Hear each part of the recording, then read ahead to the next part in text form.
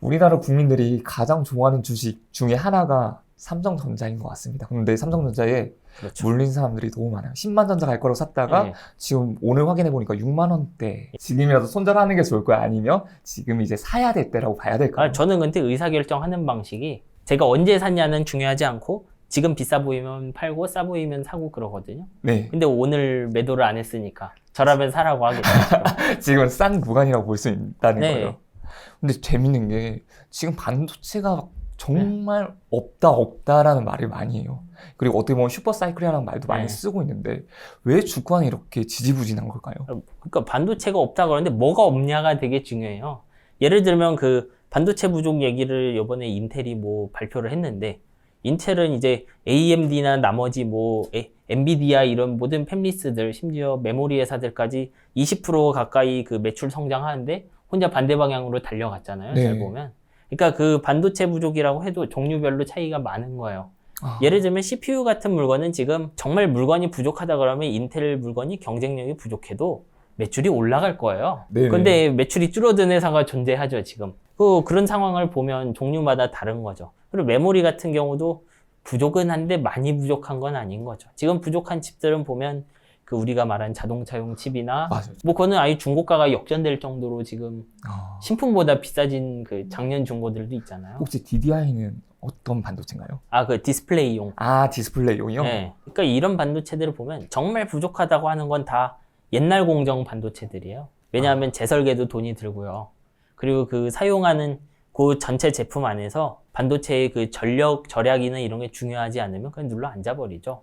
이제 그런 쪽이 문제가 생겨 있는 거예요, 지금. 그러면 혹시 지금 삼성전자도 주춤하고 있지만 반도체 쪽으로 본다면 SK 하이닉스도 많은 분들이 투자했던 네네. 걸로 알고 있습니다. 여기도 이제 네. 매출이 12조가 나왔어요. 사상 최대 실적이라고 하는데, 근데 여기도 네. 지금 좀 지지부진하고 있는 네. 이유가 비슷한 이유일까요?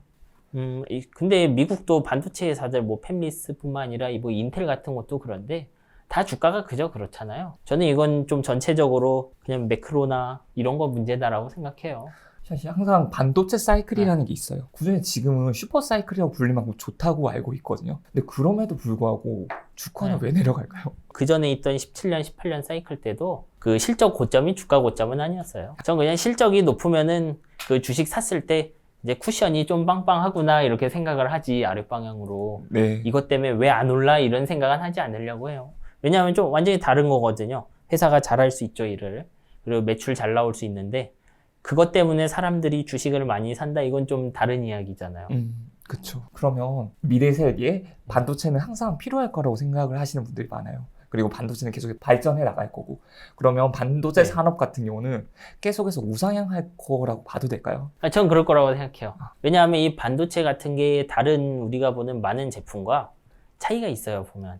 이제 예를 들면 제가 감자튀김을 만든다. 그럼 네. 제가 감자튀김을 계속 개선해 나갈 수 있겠죠. 근데 얘는 감자가 1인분 만들려면 감자 반 개건, 한 개건 계속 써야 돼요. 재료비가 그대로죠. 근데 반도체 같은 건 제가 웨이퍼에 노광을 하면 그 기술을 발전시키면 같은 원재료 안에다가 밀도를 마구 높일 수 있죠. 그러니까 이게 중요한 물건이 된 거예요. 그러니까 동일 원가 대비 지금 메모리는 100만 배 이상 밀도도 높아졌고 CPU도 뭐 1000배 이상 성능이 좋아졌잖아요, 초반이랑. 네. 그러니까 세상을 발전시키는 거예요. 이런 특성을 가진 물건이 또 있으면 아마 뭐 반도체가 자리를 내줄 수 있겠죠. 근데 지금까지 살펴본 바로 없어요, 그거는. 그러면 이제 점점 발전할 텐데 삼성전자 지금 주가가 오늘자로 봤을 때 66,800원 정도입니다, 네. 지금. 근데 이거 언제쯤 되면 오를 수 있을까요? 모릅니다. 이게 그 다트 이런 데 홈페이지 들어가면 네. 회사 임원들이 주식 산 그 기록이 다 나오거든요. 그 금감원 사이트예요. 아, 네. 거기 공시 사이트인데 거기 보면은 주식 산 그런 날짜가 있어요. 그 회사 임원들, 하이닉스, 삼성전자. 그거 보면 물린 분도 많고 그 하이닉스 예전에 네. 4만 얼마 이때 샀다가 그 2만 원 찍고 오시는 분도 있고 그거 뭐 15년, 16년 이럴 텐데 네. 그분들이 저보단 잘할 거예요, 아마. 물리잖아요, 그래도. 근데 그분 결국 2만 원대 사면 좋았고 근데 못 사고 4만 원대 샀죠. 지금도 갖고 계시면 어쨌거나 11만 원이잖아요. 근데 가지고 있기가 쉽지는 않았겠죠? 근데 그런 네. 분들은 매도하면 매도 공시도 떠요. 근데 궁금한 게 그분들이 네. 한 주만 사도 그렇게 붙나요? 회사 임원들 같은 그 관계자들은 그 공시를 하게 돼 있어요. 샀다 팔았다. 근데 보통 내부 주식을 사게 되면 네. 그걸 한동안 팔지 못하고 이런 것도 있지 않나요? 보통 그런 거는 회사 안에서 그 자사 주식 줄 때 그렇게 보호예수가 걸릴 거고, 그 일상적으로 그냥 뭐 한 주 샀다 팔았다 이런 거는 나오지 않을 거예요. 일반 직원 레벨에까지 그러진 않죠. 그러면 혹시 삼성전자의 예. 좀 산업의 장점과 단점, 강점과 약점에 대해서 말씀해 주실 수 있을까요? 뭐 일단 제일 좋은 점은 고객 베이스를 많이 갖고 있고요. 그리고 이 메모리라는 비즈니스만 봐도 생각보다 좋아요, 메모리가. 이게 지금 쭉 한 10여 년간 일어났던 일을 보면 대만 TSMC가 큰 어떤 비율을 보면 인텔이 좀 깎여 나가는 것과 똑같아요. 우리가 먼 과거에는 이제 프로그램 짜고 할 때 프로그래머라고 하면 다 당연히 인텔 CPU용으로 소프트웨어 짜는 게 프로그래머였어요. 근데 지금 우리 모바일 개발도 하죠. 뭐 그런 거 같이 한다. 하이브리드 앱 개발도 뭐 하고, 인공지능 한다 그러면 엔비디아 쿠다 쪽에 머신러닝도 하고 그렇죠. 아까 제가 메모리랑 그 연산기 네. 얘기를 했잖아요. 그렇게 보면 연산기의 종류는 계속 늘어나고 있어요. 근데 뭐가 됐건 메모리는 붙여야 됩니다. 거기에 메모리가 들어가야 된다는 거죠. 예, 그러니까 좀 실속이 있다고도 볼 수 있어요, 이거는. 그러니까 CPU의 점유율이 줄고 예를 들면 GPU가 상대적으로 큰다. 메모리 안 쓸 거야, 쓰거든요. 그럼 메모리를 걷다 팔면 됩니다. 그러니까 저쪽에서는 좀 좋은 로직을 만들려고 이제 막 머리 쓰고 있는데 이쪽은 좀 계속 파는 거죠. 메모리 수요는 그래서 얼마 늘어? 좀 이런 느낌이라고 생각하면 되겠죠. 이제 그런 게 제일 큰 장점이에요. 그러니까 되게 회사 전체적으로도 쿠션은 강한 거죠. 지금 뭐 당장 메모리 없는 반도체라고 뉴로모픽 이런 얘기들도 하는데 저 이제 개인적으로 너무 먼 이야기인 것 같아요. 지금 보면 더 남은 거네요. 예, 그러니까 뭐 어떤 기술적으로 얼마 더 가면 이제 상용화 될 것 같고 그런 느낌이 아니고 좀 중구난방이기 때문에 지금 그쪽에서 뭔가 치고 나오지 않는 이상 메모리 비즈는 항상 밝을 거예요. 뭐 단점이라고 하면 이제 지금 메모리도 그렇고 뭐 파운드리도 그런데 회사 안에서 역량을 막 집중해갖고 이 기술이 딱 완료되면은 딱 파는 그런 비즈는 끝났다고 보시면 돼요. 이제 메모리 같은 게 특히 그래요. 안에서 설계 제조 다 하잖아요. 네. 그러니까 안에서 무슨 트러블이 있건 제조가 완료되면은 시장에 팔 수 있는 거죠. 근데 파운드리는 제가 공장도 없을 때 처음에 트랜지스터들을 만들어줄 거라고 선언을 하고요. 그러면 그걸 상대가 믿고 2년, 3년간 설계를 하는 거죠. 그럼 당연히 상호작용이 많아야 돼요. 그렇죠. 3년 동안 그냥 나 3년 뒤에 네. 물건 보여줘. 이건 아닐 테니까. 네, 그러면 거기에서 이제 글로벌 회사들과 커뮤니케이션 하고 신뢰를 가져가고 이런 부분들이 이게 아마 좀 기존 메모리 하는 구조랑은 많이 다른 것 같아요. 예, 저는 되려 삼성전자 투자 액수 그런 건 별 상관없다고 생각해요. 그래서 삼성전자 현금이 많거든요. 돈으로 할 수 있는 거 돈으로 해결할 거예요, 아마. 돈으로 할 수 있는 문제들이 많이 있나요? 반도체 쪽에서도? 일단 장비는 돈으로 해야죠. 하지만 제가 예를 들어 음식점을 차렸는데 요리사 한 명인데 칼만 20개 놓을 필요는 없죠. 200까지 물어봤자 3개인데. 그렇죠. 그러니까 집행 자체를 못하는 그런 문제도 있겠죠. 다만 삼성전자 네. 이야기를 보면 이 매출 기준으로 보면 5년치 수주액 이런 거를 이미 가지고 있는데 이제 꽤 작년보단 높다 이렇게 얘기를 하더라고요. 그러니까 아마 성장하는 거는 분명히 있을 거고 다만 그 과정에서 이제 고객 중에도 되게 비싼 칩이랑 최첨단에서 만들어야 되는 칩 하는 고객들이 있죠. 네. 이런 고객들을 얼마나 유지하고 지키느냐가 좀 더 중요하겠죠. 그럼 지금 반도체 네. 부족 현상을 갖고 있는 산업도 있을 거잖아요. 네. 그럼 그 산업에서 필요한 반도체를 만드는 곳이 삼성도 있나요? 삼성도 있는데 대부분 TSMC나 다른 조그만 팹들이 하고 있죠. 그러니까 그 부족한 칩들은 말씀드렸지만 지금 뭐 5나노, 3나노가 막 부족해서 자동차가 안 나오고 그런 건 아니거든요. 근데 이런 쪽은 아까 말씀드렸던 파운드리 옮기는 것도 비용이잖아요. 옮기기 싫거든요. 이제 옮기려고 해도 사람이 없을 수도 있어요. 그런 칩은. 그러니까 그냥 생산량이 부족해도 TSMC에 붙어 있거나 그렇겠죠. 그리고 그 사실을 알고 이제 중간에서 이제 재고를 쌓아놓고 안 내놓는다든지 그런 좀 복잡한 양상이 있는 것 같아요. 그 안에. 작가님의 주식 성향을 좀 여쭤봐도 될까요? 지금처럼 이제 가격이 내려가면 한 번씩 좀 사는 편인가요? 아니면 그냥 한 번 넣어놓고 기다리고 있는 편일까요? 저는 보통 넣어놓고 기다리는 쪽. 그러니까 뭐 분할 매수 이런 거 할 수도 있는데 네. 귀찮잖아. 물론 이제 그것 때문에 네. 최대 수익률이 이렇게 크게 왔다 갔다 할 수는 있죠. 예를 들면 제가 삼성전자 스마트폰 그 노트 7 발화 사건 나기 전날에 매수했으면 지금 수익률 훨씬 높을 거잖아요. 근데 그런 건 감내하겠다 이런 쪽이죠. 그러면 지금 반도체 업종에서 일을 하셨고 그리고 그 업종에 대해서 너무 잘 알고 계시니까 그 분야만 투자를 진행하셨을까요? 아니면 다른 쪽도 같이 보고 있으실까요? 인접 산업도 그냥 같이 투자하는데 저는 그런 건 좀 리스크 분산 차원인 거죠. 이게 전 투자할 때 되게 좀 겸손해야 될 필요도 있다고 생각하는 게 지금 우크라이나 전쟁 많은 전문가들이 터지지 않을 거라고 생각했어요. 왜 맞아. 그럴까요? 아마 그 크렘린 안에서도 이거 안 터질 거야 라고 생각하는 애들 많았을 거라고. 근데 그런 거 솔직히 말하면 단 한 사람 손에 달려 있었던 거죠. 그리고 아마 전쟁 2, 3일 전까지도 그 결심하지 않았을 거라고요. 그런 사건들의 영향이 이렇게 크잖아요, 지금. 그러니까 잘 모르면 그 영향을 받을 것 같은 주식 사는 거예요. 이제 결과적으로 보면 한국의 그 중공업류도 그 선박이죠. 그 독일 쪽에서 가스관 안 쓰고 배 쓴다고 하니까 배 쪽 수주가 늘어나고 하잖아요. 뭐 그런 느낌으로 분산해 놓는 거예요. 살짝 사이드 이펙트가 있는 걸 미리 보시는 거네요. 예, 그 정도는 생각을 하죠. 근데 아주 깊이 파악은 하지 않고 그냥 좀 잘 알려져 있고 재무적으로 나쁘지 않아 보이면 하는 정도. 반도체는 좀 더 많이 알고 하고. 그러니까 저는 이런 투자 질문을 받으면 성향이랑 어떤 식으로 투자하고 싶으냐가 더 중요하다고 생각해요. 예를 들면 저는 주식만으로 극한의 수익을 누리려고 하는 쪽은 절대로 아니에요. 좀 그런 건 가능하지 않다고 생각하고 있고요. 그러면 좀 안정적으로 가려고 하는 거예요, 포트폴리오는. 그럼 포트폴리오가 지금 자산 중에서 주식이 몇 프로 정도 있으세요? 저요? 70% 정도? 작은 편은 아니죠. 그러니까 그 안에서도 안전해 보이는 걸 쓰는 거죠. 예를 들면 삼성전자 시총이 지금 400 몇 조잖아요. 현금이 한 100조 있어요. 그러면 현금을 다 배당한다고 하면 배당률 한 20% 나오겠죠. 근데 삼성전자는 그래도 D램 사업 그대로 돌아갈 거예요.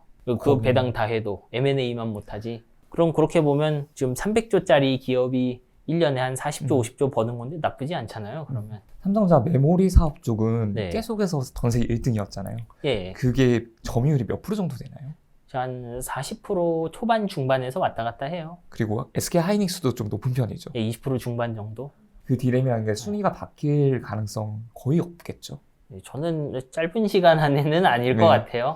중국에서도 투자를 많이 한다는 이야기를 들었었거든요. 근데 아직까지는 음. 격차가 좀 많이 벌어져 있을까요? 그냥 이런 얘기들 해요. 뭐 물건이 안 보인다 이런 식으로. 그쪽에서도 뭐 샘플을 내놓고 하긴 했는데 아직은 이제 먼 이야기인 것 같아요, 이쪽은. 이게 단기간에 이룰 수 있는 산업이 아니라서 그런 거죠. 예, 뭐 이런 D램 산업 같은 게 돈만으로 되면 옛날에 중동 5.1달러로 할 수 있었을 거예요. 근데 그 중동 5.1달러조차도 AMD에서 그 스피노프 했던 글로벌 파운드리 그 파운드리 인수하는 걸로 끝났죠. 직접 제조회사 안 하고. 그러니까 제가 예를 들면 지금 누군가 저한테 돈을 한 300조 원 줘갖고 재무만 삼성전자랑 똑같은 회사를 만들었다고 해보세요. 아마 완전히 다를 거예요. 삼성전자가 쓰면은 그만큼 돈으로 이만큼 효율이 나오지만 다른 사람이 쓰면은 안 되는 거죠. 기술이랑은 재무 이상이 무언가예요, 항상. 특히 이거는 그 제조 짬밥, 통밥 이런 문제가 커서. 반도체 재고의 미래라는 책을 쓰셨는데 여기서 흔들리는 반도체 패권 최후 승자는 누가 될 것인가 라고 화두를 던져주셨습니다. 사실 내가 던진 게 아니고 출판사가 던졌는데 과연 패권을 누가 잡을 수가 있을까요? 저는 여기서 딱 단일 승자가 나올 수는 없다고 생각해요.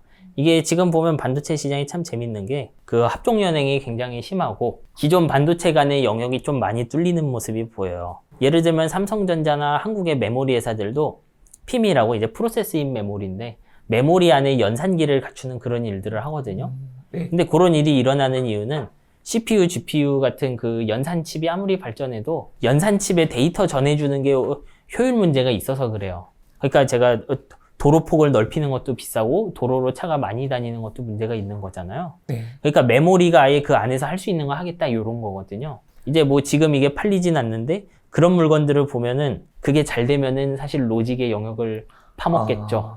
CPU가 가져갈 수요 중 일부 메모리가 파먹을 수 있겠죠. PIM이라는 게 엄청 대단한 거네요. 이 반도체를 이해할 때 되게 중요한 거는 반도체 쓰는 사람 입장을 생각을 해야 돼요. 예를 들면 제가 지금 컴퓨터에 CPU 딱 꽂으면은 얘가 자동으로 엑셀이고 뭐고 다 돌리는 게 아니고요. 엑셀은 소프트웨어 회사가 따로 만들었죠. 근데 PIM이나 이런 물건들은 기존 생태계에서 돌아가는 게 아니에요.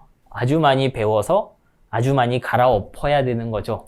새로운 생태계를 창조해야 되는 거예요. 그렇죠. 이제 그러니까 여기서 닭과 달걀 문제죠, 이거. 그런 식으로 쳇바퀴 도는 물건들이 많아요. 그리고 또 한편으로는 기존의 소프트웨어와 하드웨어 회사가 좀 이렇게 나뉘어 있었는데 그렇죠. 지금은 구글이나 심지어 테슬라 같은 데도 자기 설계하죠, 칩을. 자체 설계 칩이 있어요. 구글도 유튜브 전용 칩들을 만들었다고요, 보면. 이제 그런 전용 칩은 장점이 많거든요. 예를 들면 CPU를 통해서 유튜브가 하는 건 이런 거예요. 사용자가 업로드한 동영상을 코덱으로 압축하고 사용자가 그 읽을 때는 그거 압축 풀어주고 이런 일을 하거든요. 근데 CPU를 하면 온갖 다양한 코덱으로 다 압축할 수 있는데 유튜브는 자기 코덱이 정해진 거예요. 그러니까 스스로 설계를 한다고요. 예전에는 그렇게 안 했어요. 왜냐? 스스로 써봤자 한 100개, 1000개 쓸 건데 설계 비용 엄청나다고 했잖아요. 근데 유튜브는 CPU를 100만 개 단위로 쓴단 말이죠. 예를 들면. 그럼 대체해보고 싶겠죠. 지금 상황을 보면 소프트웨어 회사가 옛날 반도체 회사들 영역으로 침범하고요. 메모리도 로직으로 침범하고 그래요. 그래서 이 상황을 보면은 결국 커뮤니케이션 능력 좋은 회사가 아마 잘하게 될 거예요. 좀 지배권 사업의 그 경쟁이 기존의 소프트웨어, 하드웨어 자기 안에서 싸우던 게 합쳐지는 느낌이에요, 그 안에서. 경계선이 이제 좀 무너지고 기존에 안 해보던 노력을 좀 더 해서 경쟁자를 앞서려고 하는 거죠. 이제 이 다음 차원의 레벨의 회사 같은 경우는 이거 두 개를 정말 잘 접목하는 회사가 되겠네요. 그렇죠. 패권을 차지할 수가 있겠네요. 네, 뭐 예전에는 인텔이 소프트웨어 생태계의 전부였지만 지금은 그렇지 않게 됐잖아요. 마찬가지로 이제 파운드리도 말씀드린 것처럼 팹리스랑 협업을 많이 해야 되듯이 그 팹리스 역시 큰 소프트웨어 기업이랑 같이 가야 되고 그런 모습이 계속 보여요. 팹리스 회사 혼자서 제품 만들 수가 없고 그리고 또 설계만 해주는 그런 회사에서도 만들 수가 없다 보니까 팹리스랑 설계랑 같은 거죠. 이게 그렇게 될 수밖에 없는 게 이제 무어의 법칙이 끝나냐 마냐 이런 얘기들을 하잖아요. 그거랑 관계가 있는 거예요. 예전에는 왜 그런 생태계가 유지되고 인텔이 다 해먹었느냐 속된 말로. 제가 예를 들면 CPU를 만들었는데 인텔 CPU용 소프트웨어를 썼어요. 근데 인텔 CPU를 돌리면은 올해 성능이 100인데 내년 되면 소프트웨어 그대로 쓰고 성능이 2배로 올라갔죠. 왜냐하면 그게 예를 들어 올해 386 썼는데 내년 486 쓰면 돌아가던 거 그대로 다 돌아가잖아요. 그러니까 제가 인텔 CPU보다 조금 좋은 걸 만들었어요. 30% 좋다. 안 써요, 그러면. 왜냐하면 일단 인텔 CPU에서 돌아가는 게 하나도 안 돌아가죠. 지금부터 같이 써야지 이런 느낌이 되잖아요. 근데 그래서 이 CPU를 채택할까라고 고민해보면 1년 뒤에 인텔 CPU가 더 좋은 게 나와버렸잖아요. 이제 그런 장벽 때문에 생태계가 공고했던 거예요.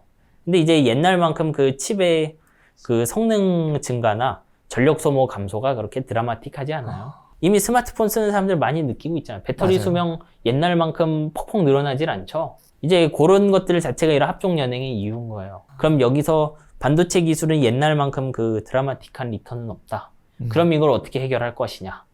그러면 요거에서 이제 제조 비용을 좀 아끼기 위해서 첨단 패키징을 좀 더 써보는 쪽도 있고 소프트웨어랑 손을 잡아서 소프트웨어 전용 기능을 넣어서 최적화하려고 하기도 하는 거고요.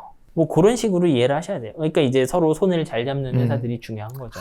그래서 뭐 반도체 인력 부족 이런 얘기들도 좀 나오는데 요즘 저는 기술도 좋은데 그런 엔지니어의 인사력이라고 해야 될까? 좀 그런 것들도 중요한 것 같아요, 교육에서. 근데 지금 반도체가 거의 다 자동화가 되어 가고 있다고. 예전에는 고용을 좀 많이 했다면 지금은 고용을 더 줄이고 있다고. 그런 이야기도 많이 하더라고요. 팹들은 되게 자동화가 잘 되어 있어요, 안에서. 뭐 공장 안에 사람이 줄어드는 건 피할 수 없고요. 다만 이제 공장 바깥 연구소나 이런 데의 사람은 계속 늘어나고 있죠. 그 외적으로 봤을 때는 그게 정말 많아진 거네, 이미. 더 고부가 가치 인력의 숫자는 늘어나고 있다고 봐야죠. 저는 이게 총 고용의 개수보다는 그 일자리의 질 측면에서 중요하다고 생각해요. 어떻게 보면 TSMC 같은 데도 GDP를 끌어올리는데 일조한 거겠죠.